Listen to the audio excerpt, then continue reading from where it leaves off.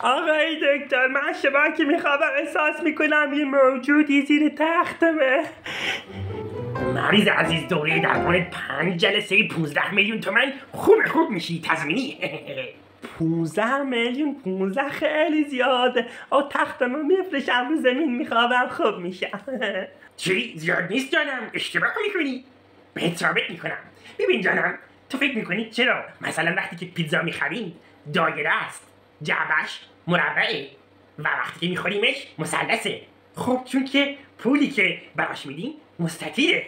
به همین دلیل 15 میلیون تومنم برای درمان شما زیاد نیست جانم. باید فرار کنم، این خودش روانیه. آقای دکتر، اون موجودی که گفتم پشت سرتونه. چی؟ کو؟